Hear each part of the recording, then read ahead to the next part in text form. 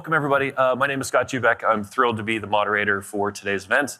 We're going to talk about clinical trials. So I'm a 44-year-old man. I'm really excited I've got to this point, and I haven't heard this phrase before, but systematic friction. And so Dr. Page talked about that a little bit earlier today. I can't believe I've gone this far in my life and I've not heard systematic friction. I think that is a great description of what we're going to talk about today with clinical trials. But I do promise one thing.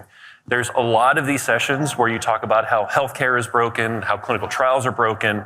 We're not going to be that session. Yes, there are many, many parts of clinical trials that are broken, and we'll talk about those today. But I think more importantly, there's hope. There's things that we can fix, and there's things that we can fix on the very near future using data and technology. So very excited to chat about this today. So I'll start with my own introduction. So my name is Scott Jubeck. I have the pleasure of serving as the Senior Vice President of Product for the Insights Business Unit here at Inovalon. And I'll pass it to Cameron. Yes, wonderful to meet you all. My name is Cameron Breeze. I work directly with Scott, one of the product leads in the Insights Business Unit, and eager to speak about clinical trials with you today. So, Nick? Yeah, hi folks, Nick McKenzie. I lead our partnerships and alliances ecosystem here at Inovalon. I'll hand it to Rich. All right, hi everyone, Rich Town, Principal Solutions Architect at SubjectWell, pharmacist by trade, and I lead the clinical team at SubjectWell. Todd? Todd C. Sharp. I'm with Amazon Web Services. I'm a former head of research and academic technology at a leading NIH pediatric research firm, research organization, 15 years in the clinical research space, and I'm the field CTO and principal executive advisor working in the healthcare and life sciences space for AWS. All right, so to start us off today, Cameron, can you walk us through the various stages of a clinical trial, please? Absolutely. I'm going to share 4 foundational stages to what supports every single clinical trial that goes through development. We'll level set a little bit with context around why these trials exist, structurally what we have to do in those big, if you think of bread and butter steps to actually take them from conceptualization to getting the drugs in the hands of patients who need it. So, foundationally, why do we need to do clinical trials? Clinical trials are a requirement from the FDA to approve drugs. We're proving efficacy and we're proving safety. There are many, many phases, and there's many, many phases to preclinical development.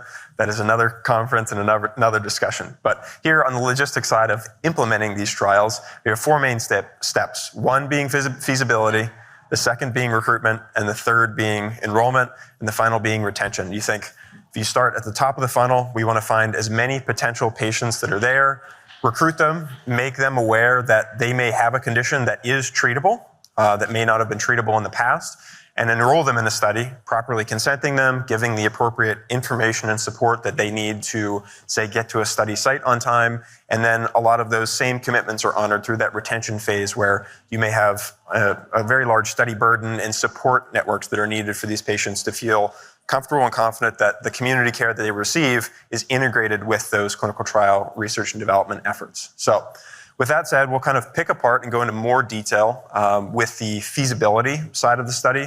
And this is an area of research that has evolved drastically over the past 15 to 20 years. Traditionally, you would look at an academic medical hospital or teaching hospital where they have the site staff, they have the training, and they have the personnel to support these trials. Trials could require special sorts of imaging. You think of CT scans, PET scans, MRIs, where it may not be possible to do that at a smaller site, at a rural site. So traditionally, they've worked in those large academic or commercial hubs. Broadly speaking, you typically have a geographic radius of how far patients are willing to drive to or take any other means of transportation to get to your site to participate in research. And you can imagine if maybe you have a skin condition that's very, very mild, you're probably not going to drive more than 10, 15 minutes to get to a site unless it's really, really obstructing your day-to-day life. But if you have a rare oncology diagnosis or a cancer diagnosis that threatens your ability to live, you would drive, maybe even fly across the country to get to a trial. So the answer to the question of how far can a trial recruit out is something that is defined on a trial-by-trial basis. Now, more and more, the FDA has supported sponsors in the discussion of, one, in a disease area, right?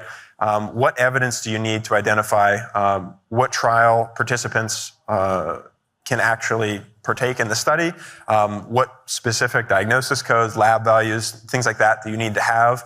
And sponsors have traditionally looked at claims information, even basic manual EHR curation to see what data is available. And I think Paige also mentioned, and Adam as well, that a lot of that data is locked up in unstructured text as well. So that has changed drastically, where I think conceptually we could have had this conversation 10, 15 years ago, but with where AI is at the moment and where LLMs are at, that has changed fundamentally the ability to interpret some of that complex clinical text over the past few years. So that's a very exciting place for research.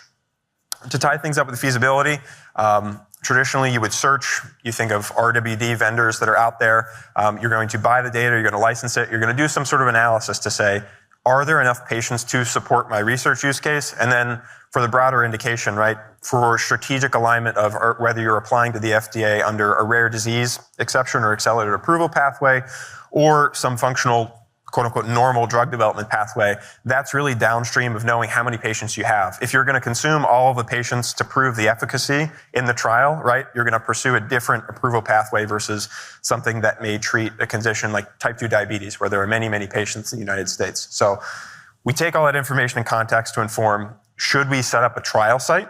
And once those trial sites are set up in target areas, we can go about making our recruitment efforts. So I'll hand it off to Nick here in a second. We'll sort of parse apart what are the small, discrete steps we can take to improve recruitment as a process and engage those patients early on. All right. Well, I'll actually start off real quick with the digital first outreach. So I think once you've found the feasibility, so you know your trial has enough people theoretically in principle to occur, what you then have to think about is, where are these patients currently? And realize that there's three real pillars here. Number one, does every patient are they actually aware of their diagnosis? Do they have a diagnosis, or is this theoretical data? Number two, are they actually motivated to participate in the trial? Is standard of care not appealing enough? Is this a first-line trial where they have to forego standard of care? Or is this actually a trial for refractory patients who are actively looking for options? And I think lastly, and I want to just preface that, so SubjectWell is a digital-first company. It's not a digital-only company. There are a lot of pathways that you can undergo to find these patients, but a large one is that the traditional method of recruitment has really been in the digital advertising space. Not every patient is going to have a computer. They're not going to have access to a lot of the digital channels. And you have to really be cognizant of who is actually looking for this patient. Is this going to be the patient themselves in a trial maybe geared towards a younger population, more digitally literate? Or is it going to be a trial for something like an Alzheimer's, where you're going to need to outreach to a caregiver, potentially build awareness with the HCP? So I think once you understand where the patient is at, you need to come up with imagery, messaging that actually meets the patient's need. If it is going to be for a treatment-resistant depression trial, you're going to want to lead with messaging that says something along the lines of, is your treatment not working? Do we want, give them some information on the trial itself, potential resources. And I think one of the biggest things as well that SubjectWell really does well, and I know Nick will expound on as well later, is the pre-screening and qualification process. So one of the historical ways that patients were recruited is basically volume to the site. If we send enough patients to the site, someone will actually end up randomizing. The issue with that is that sites only have a preset tolerance and often only get a certain screen failure budget for each trial. So what SubjectWell does is they actually have a robust digital screening process where we want to ensure that patients are broadly qualified on a digital screener. The rule I set is something you have to do, my mom has to do on her phone in 5 minutes off the top of her head with no false positivity or false negativity, really leaving the clinical to the site. And you can also build it in to also have a phone conversation with, what we call a patient companion. Someone will then verify that the patient knows their pre-screener answers, someone that actually is going to be motivated to actually undergo procedures like a kidney biopsy, liver biopsy, things as well, such as, journaling and symptomology, really anything like that. So finding the right people, finding the people that are most likely to actually participate, screening them thoroughly. And that's really how you build in this digital audience. Obviously, this is somewhat simplified. I could go on it for days. But to talk about the recruitment from really, the site level or maybe the EMR level, I'll actually pass it off to Nick to talk about some ways that they're making that possible. Yeah, thanks, Rich. I think in great partnership with SubjectWell, as a guy who spent 10 years at the elbow with clinicians, like digitizing the system and like implementing the EMRs. One of the amazing things to me, like I sat here in 2025 and 2024, and we talked to folks about the recruitment pathway, and I get statistics like we have 80% of all of the trials registered in the US end up with a delay because of enrollment.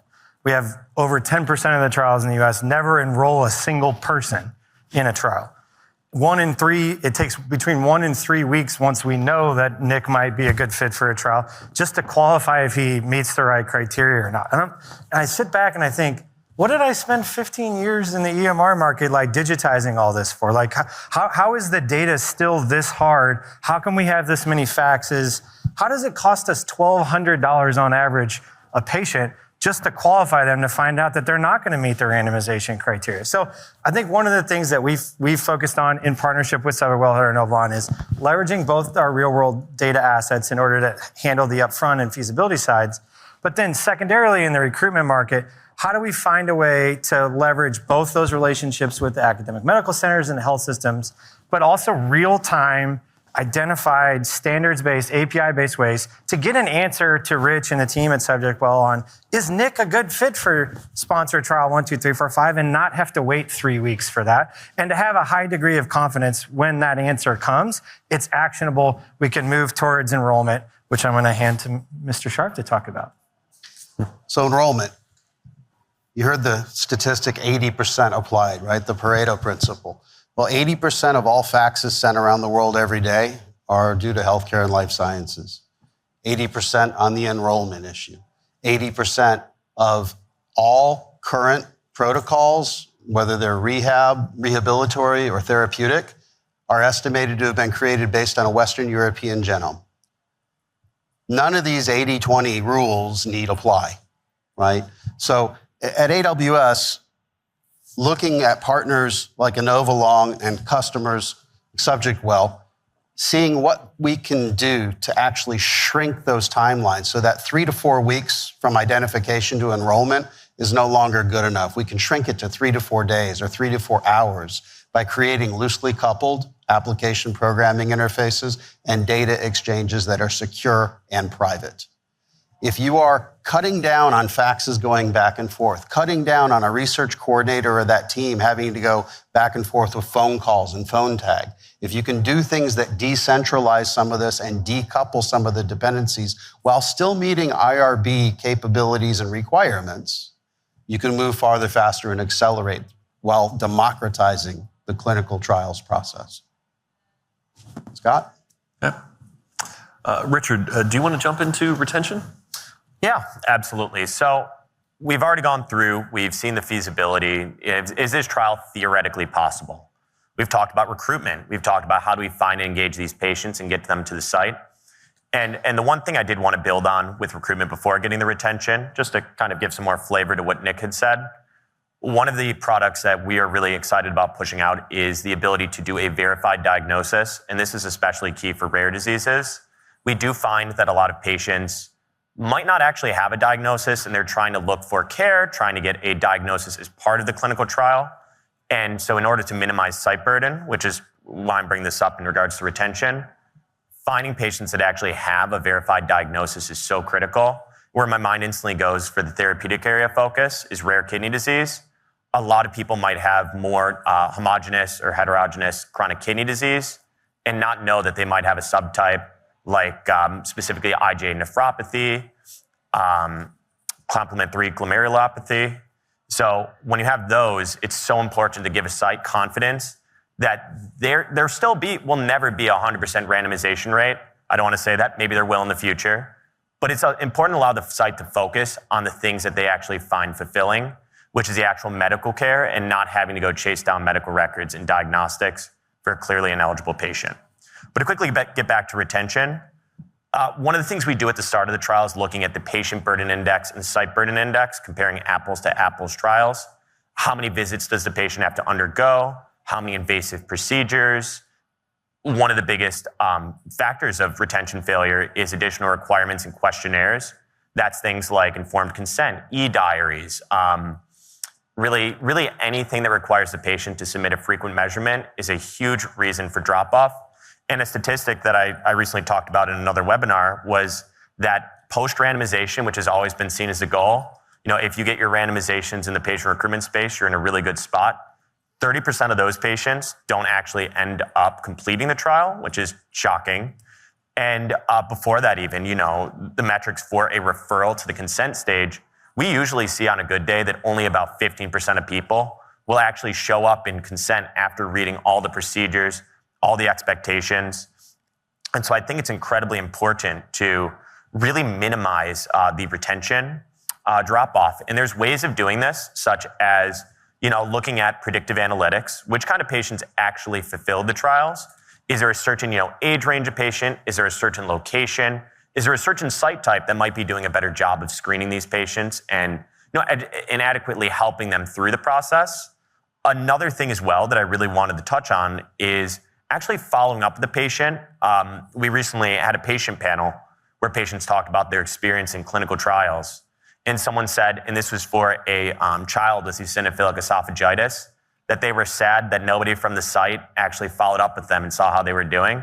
I'll get a little emotional here, but because it's one of those things that when you're actually thinking of the trial, participant number 30 or however they are in your record, this is someone that might be scared, especially let's think of oncology trials. These people have received a diagnosis. They don't know if this drug is working.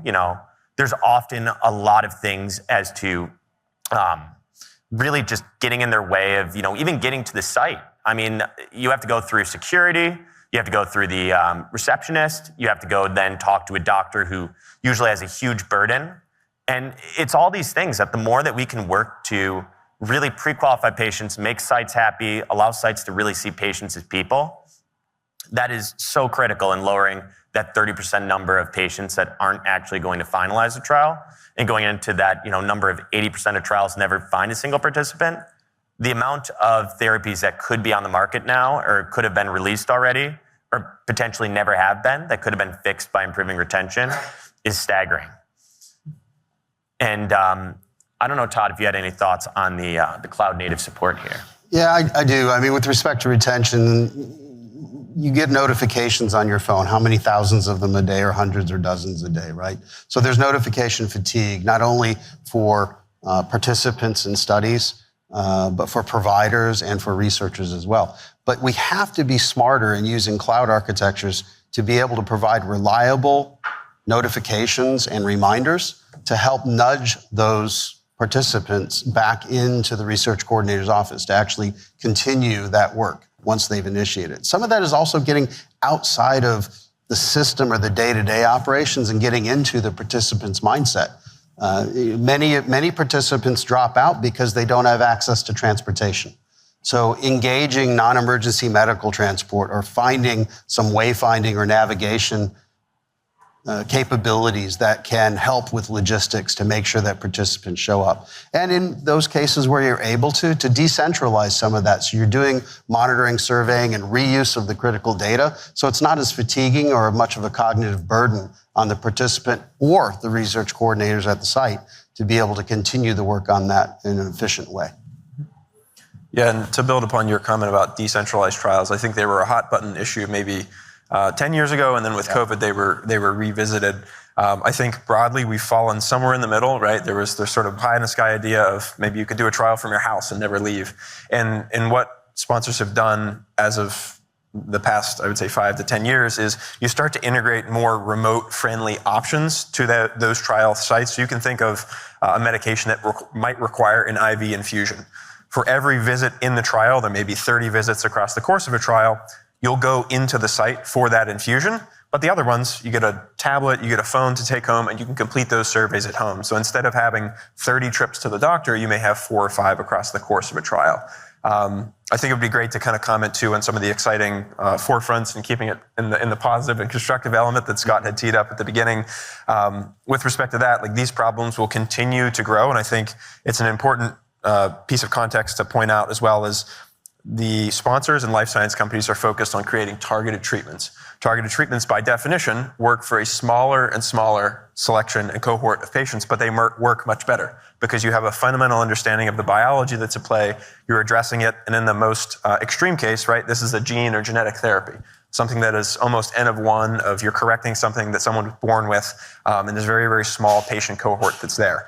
So what I'm alluding to with all of this is essentially the problems will not go away, but they're scaling in a way that is predictable. We know that the burden will continue to be on the sites where they have traditionally leveraged their in-person enrollment teams. And if you've ever had the experience of, say, getting copied on a very verbose and long-winded email thread, right? You're trying to say, did my boss say this? Did my colleague say that? How do I respond? Where's this information? That's the task that every single clinical research associate is doing. They're combing through not a couple layers of emails, but 30, 40, 50 pages of medical information, trying to compare and organize that information in a way that allows them to compare against the inclusion and exclusion criteria that are present for that trial. So there's some very exciting things happening, say on like the voice AI front, where if there's basic surveys and you have skilled site researchers, you'd prefer to have them maybe conducting clinically relevant questionnaires, or maybe collecting a blood draw or something that requires some level of training and expertise, whereas maybe a quality of life survey that you could easily talk to over the phone, something like that, is a way to alleviate some of that burden. So there's also some back office and administrative workflow stuff that can be addressed as well to accelerate those recruitment pathways. I had two other trends that we hadn't really touched on, but I think they're like tangential to what we were saying. One, the like generative AI wave.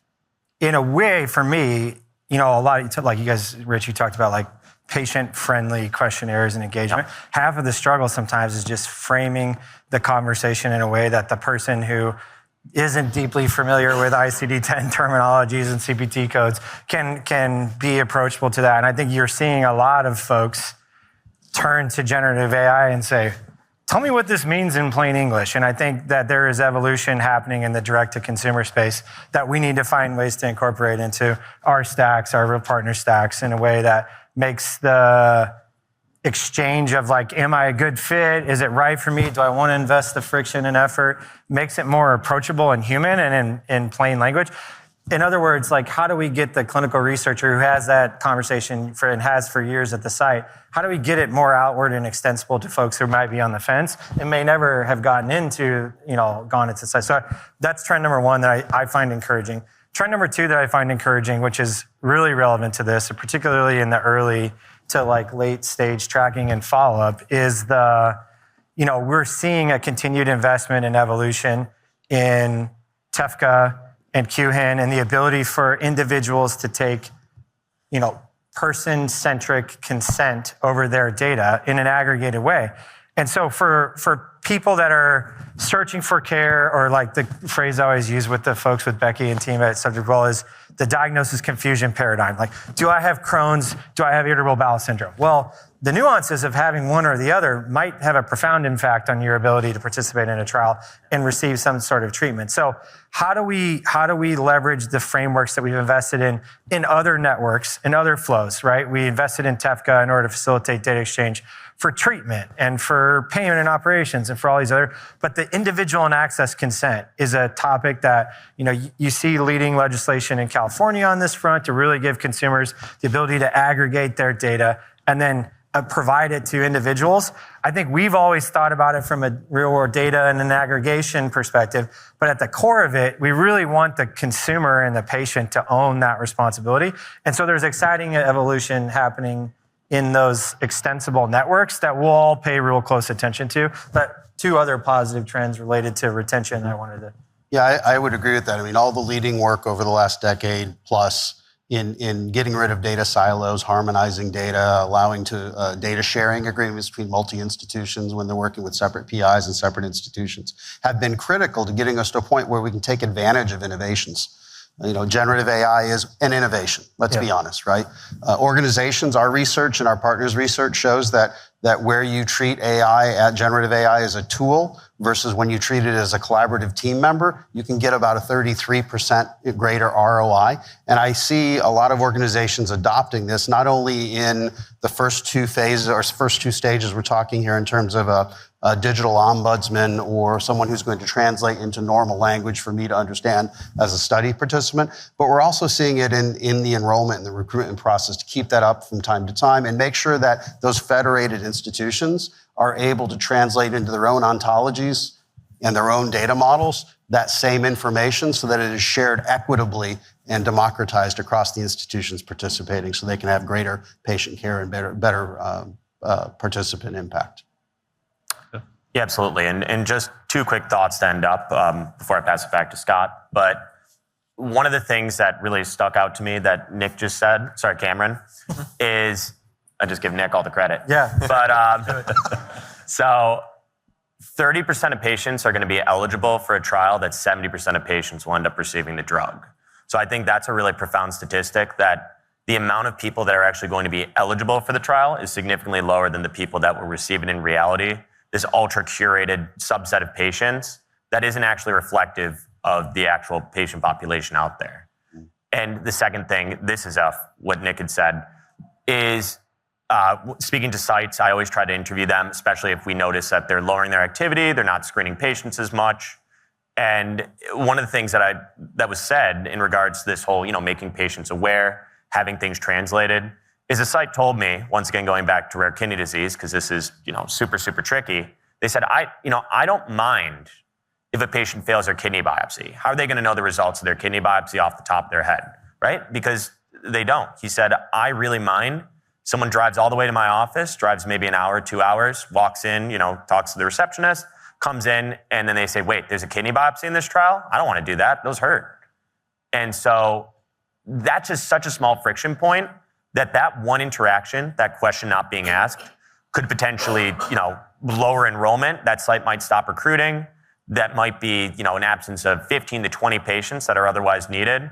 A trial canceling early, a trial having to, change their protocol, do a lengthy amendment, do a lengthy extension, all because, nobody ever told the patient that there was a kidney biopsy. Or conversely, they told them that there was a kidney biopsy, but didn't really explain what that was, and patients got terrified and then also said, absolutely not, I'm not doing that. And so, no other thoughts. I'd like to pass it back to Scott. All right.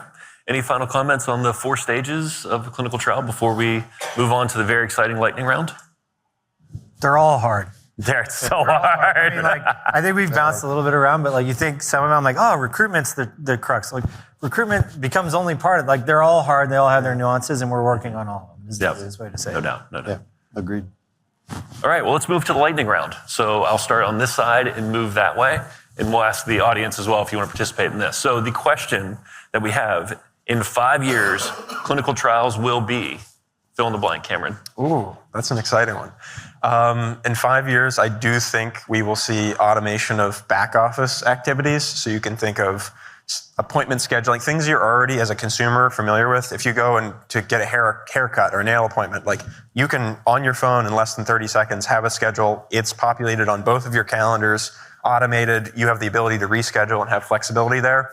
I think we'll see that back office automation move into the clinical trial space. Beyond that, I think we'll continue to see evolution in more of the complex, unstructured criteria. And I think that's been a winding theme through all of our comments, right? Of the fundamental change of the generative AI approaches and the technology that we've discussed so far is that we can access data we didn't have access to before.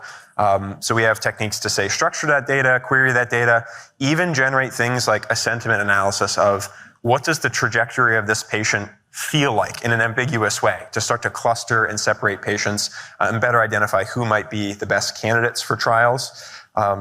Beyond that, I'm very personally excited. I used to work for a startup in precision medicine and genomics. So I think if you made a purchase, right, of a TV maybe 10 years ago, and it was $2,000, and now you can get a nice flat screen TV for $200. The Human Genome Project was $10 billion in 1990, and you can get your whole genome sequence for under $500 now, under $1,000, depending where you get it from. That is immensely helpful, and for the cost of less than what a hospitalization would cost for one person. I think it's something that when we get to the discussion around federated data exchange and then personal ownership of that data, that's something where people have a very vested interest of, I have this specific genetic variant and I'd love to even be a part of the community, maybe to connect with other patients or find providers that specialize in that sort of care. Yeah. So what does a trial look like? In 5 years, the trial landscape for me looks fast. Because right now it doesn't look fast, or it doesn't feel fast, or at least not to me. So I think the thing that I'm expecting is between the advancements in the connectivity, the AI and recognition landscape. I would say we're just getting a general population aging and comfortability with technology.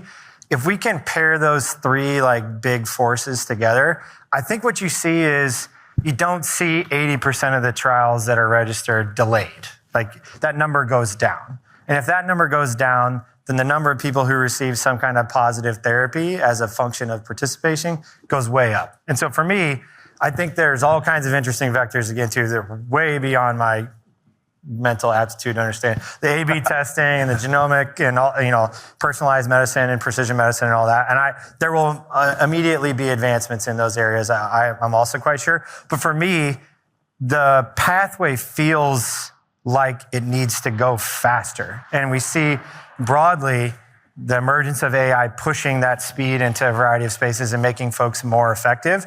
My hope for 5 years from now is we're still dialed. We're doing the right ethical things in terms of trial design and recruitment and all those good things. And that line between research and treatment is still well articulated and understood. But my hope for 5 years from now is everything is just faster. The trials are faster. The identification is faster. The execution is faster.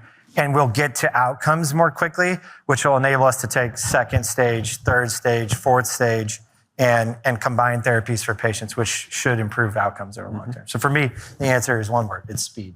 That's what I need 5 years from now. Richard? See, now this is why I didn't want to sit behind these two guys, because now they've already taken all the good answers. Just kidding. But so in my opinion, in 5 years, I think about this a lot, that a successful clinical trial is going to be one where the patient journey is a single, continuous, and personalized experience. And I think one of the ways of treating everything the same is just not going to hold up in the future. You've got what we call, brand new patients. They don't know anything about their condition. They just got a diagnosis. They're reeling from it. They don't even know what the medications are. They don't know which doctors they have to see. That's one type of patient that might need a more broad, a more compassionate, educating kind of touch. Whereas what we also have, what we call super patients. These are patients who either by training or just by experience have a lot of knowledge about their condition and what clinical trial participation entails. You can ask those patients a lot more complicated questions that will actually help them refine their eligibility at the site. Because what we find is that these patients who are super patients, if they take the standard pre-screener, the standard phone screening, they often find it very insufficient because their medical literacy is far above the average, and they could have saved themselves time if they knew that. So I do believe, in part, with a lot of our advances in generative AI, it's going to be able to pre-identify, based on the way that patients answer questions, how they should actually be treated in the flow, and really prioritizing just providing resources to patients that are newly diagnosed as well. And I know this is anathema to my colleagues, but maybe a clinical trial isn't the right answer for a patient, and they should have a discussion with the provider instead before making that decision. So, yeah. Todd?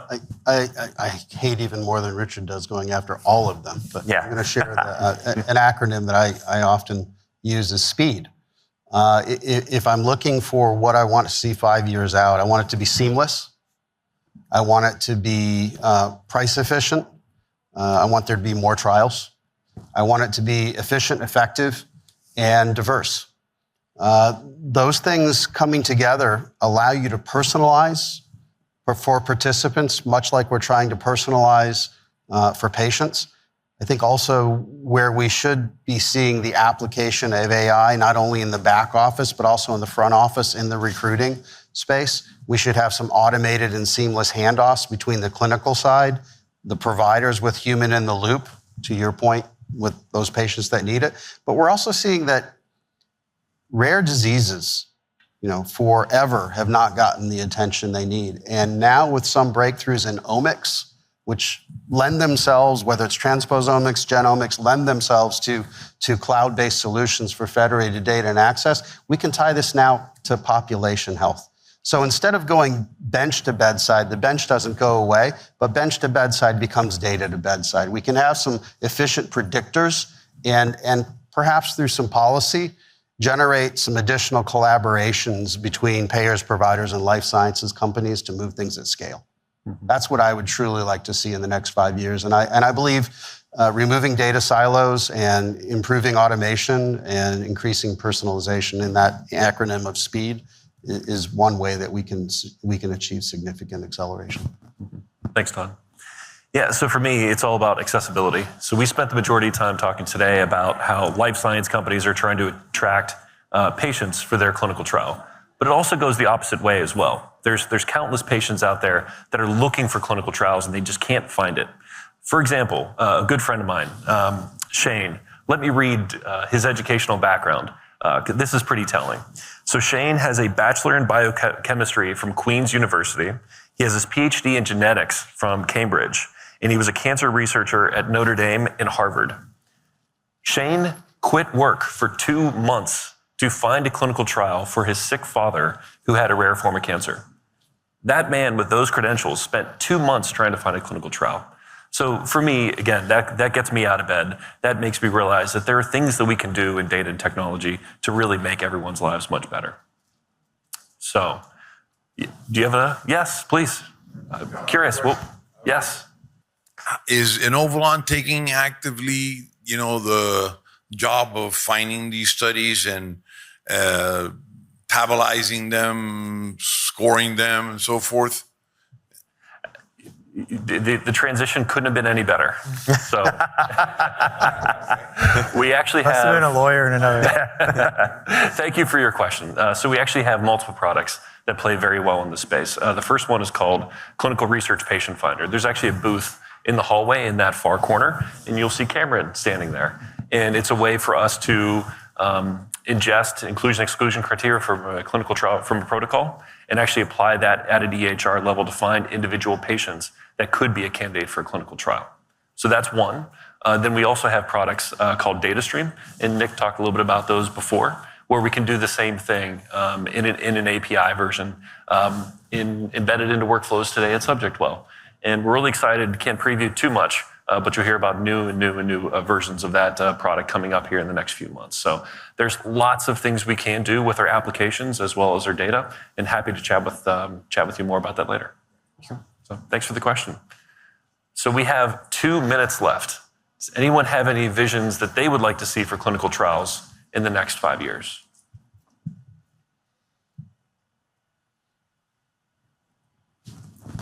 So following all 5 of you up there, very impressive, but I'll steal a little bit from each of you.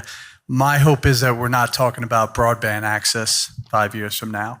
And the patients that don't have that, you talked about, your friend Shane clearly probably has access. Mm-hmm. Those patients that don't, so they'll have access. And to your point, they'll be a heck of a lot more educated because of Gen AI and what they can learn and ask questions that are going to make them feel comfortable if they're not getting that answer from their doctor or they want a second opinion. I think that's a tool everybody can leverage. I'd love to make a commentary on that. I mean, access is such a rich and robust subject, right? And broadband as well. Each of the last 5 administrations have had their own versions of rural broadband initiatives. Many of them have been successful in their own rights, but incomplete. So this is a great example of administrations on both sides of the aisle trying to work for the American people in positive ways around policy, but the work is not finished. If you also look at rural access, and this is data from prior to the pandemic, we had, I think in 2017, 2018, something like 396 rural and critical care facilities in the United States that went through mergers and acquisitions and or closures.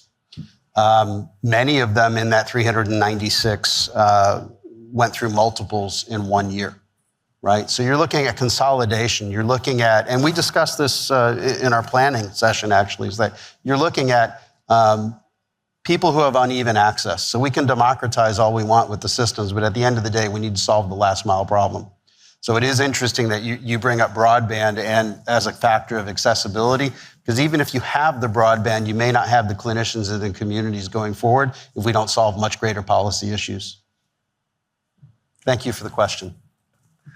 Well, thank you everyone for attending our panel today. This has certainly been a pleasure. As you could tell, we could probably talk about this for 3 or 4 hours, but unfortunately we're out of time. So really appreciate you attending today. If you loved the session, please use your phone and scan the QR code and fill out the survey. Of course, if you did not like the session, just keep your opinions to yourself. All right, well, thank you everybody. Really appreciate it.